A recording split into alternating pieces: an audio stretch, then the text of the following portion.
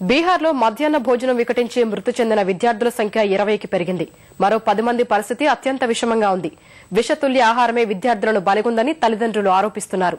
ఘటనపై విచారం వ్యక్తం చేసిన రాజకీయ పక్షాలు దోషులను కఠినంగా శిక్షించి మృతుల కుటుంబాలకు 20 లక్షల పరిహారం అందించాలని డిమాండ్ చేశాయి.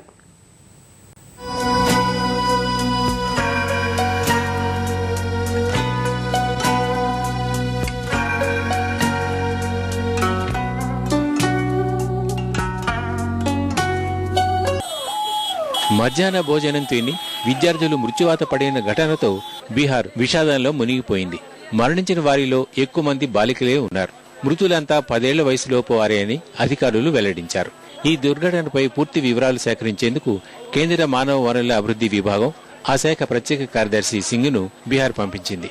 అస్వస్థతకు గురైన విద్యార్థులకు ఉన్నత వైద్య సేవలు అందిస్తున్నట్లు రాష్ట్ర పౌర సరఫరాల శాఖ మంత్రి శ్యామరాజిగా అన్నారు. 20 बच्चों की मृत्यु हुई है और बाकी का इलाज चल रहा है. जो प्राथमिक जांच हुआ है उससे यह स्पष्ट है कि भोजन में जहर की मात्रा पाई जाने की संभावना है. जांच पदाधिकारी विभिन्न पहलुओं की जांच करेंगे और तब उनके द्वारा मंतव्य दिया जाना उचित होगा. ఈ విషాదంపై అప్పుడే రాజకీయం మొదలైంది. విద్యార్థులు చనిపోవడం దురదృష్టకరమని ఆర్జేడీ అధినేత లాలూ ప్రసాద్ తీవ్ర విచారం వ్యక్తం చేశారు. దీనికి నిరసనగా ఆర్జేడీ నేడు సరన్ జిల్లా బంద్కు పిలుపునిచ్చింది.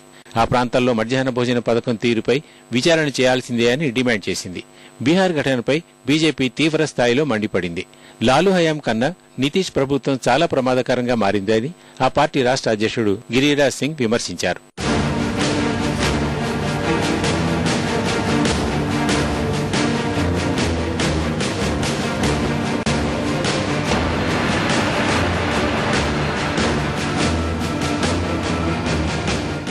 ఈ మహా విషాదానికి బాధ్యత వహిస్తూ ముఖ్యమంత్రి నితీష్ రాజీనామా చేయాలని ఎల్జేపీ అధినేత రామ్విలాస్ పాస్వాన్ డిమాండ్ చేశారు.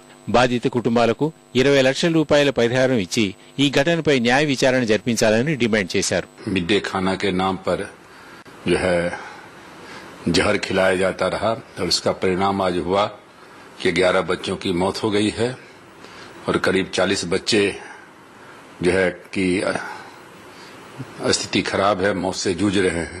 घटना की जांच किसी सिटिंग हाई कोर्ट से जज से करानी चाहिए. तो 20 लाख रुपया मुआवजा देना चाहिए. तमाम गरीब घर के बच्चे हैं. బీహార్ ముఖ్యమంత్రి నితీష్ కుమార్ ఈ విషాద ఘటనపై ఉన్నత స్థాయి విచారణకు ఆదేశించారు. మృతుల కుటుంబాలకు 2 లక్షల రూపాయల పరిహారం ప్రకటించారు.